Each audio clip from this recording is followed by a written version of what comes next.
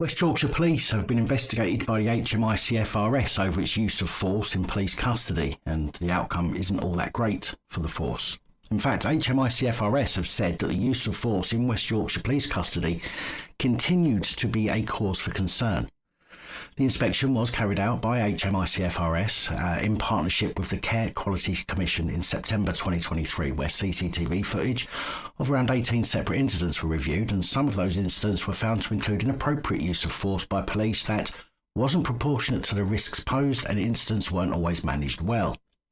It was said that West Yorkshire Police custody officers often became involved in incidents against professional guidance, and such incidents were not always recorded accurately, and in some cases not recorded at all. Who'd have thunk it, police going against their guidance? Surely that would never happen.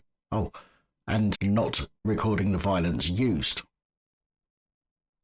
The report concluded that West Yorkshire Police Force cannot assure itself or the public that when force or restraint is used in custody, that it is necessary, justified and proportionate.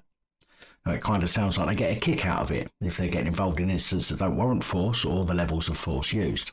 During the inspection, the HMICFRS also looked at the use of incapacitant sprays and found that West Yorkshire Police's use of the Parva spray was the highest in the country, noting that detaining people with the incapacitant spray could have been avoided if other control methods or tactics were used effectively.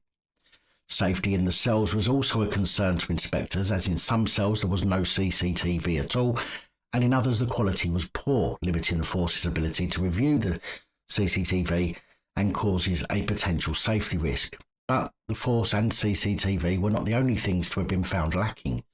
Custody records were also described as poor, including missing key information from the records. The force failed to collect information regarding detainees who required a mental health assessment or how long it took to get them assessed. Now, you know when you're arrested and we're read our rights. When we get to custody, we're supposed to be told our additional rights whilst in custody, including the right to read PACE, which explains the rights and also the treatment you should expect to receive whilst in police custody. Well, yes, West Yorkshire Police were also found to have not always informed detainees of their rights, and of the complaints process against mistreatment was not very well promoted to them. West Yorkshire Police have been given 3 months to conjure up an action plan to address these issues, with a follow-up inspection to take place in 12 months' time.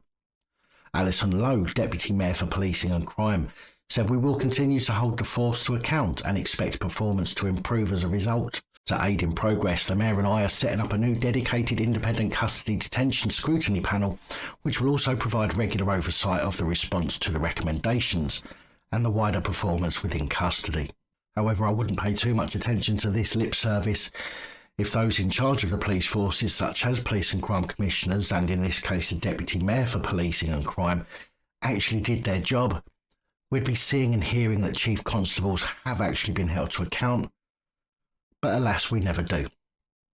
Anyway, if you are in the West Yorkshire Police area, please do be cautious when dealing with the police. It seems that the very basic care needed to treat people with respect and courtesy has completely gone out the window, and I for one certainly wouldn't want to hear of anyone meeting their demise at the hands of the force.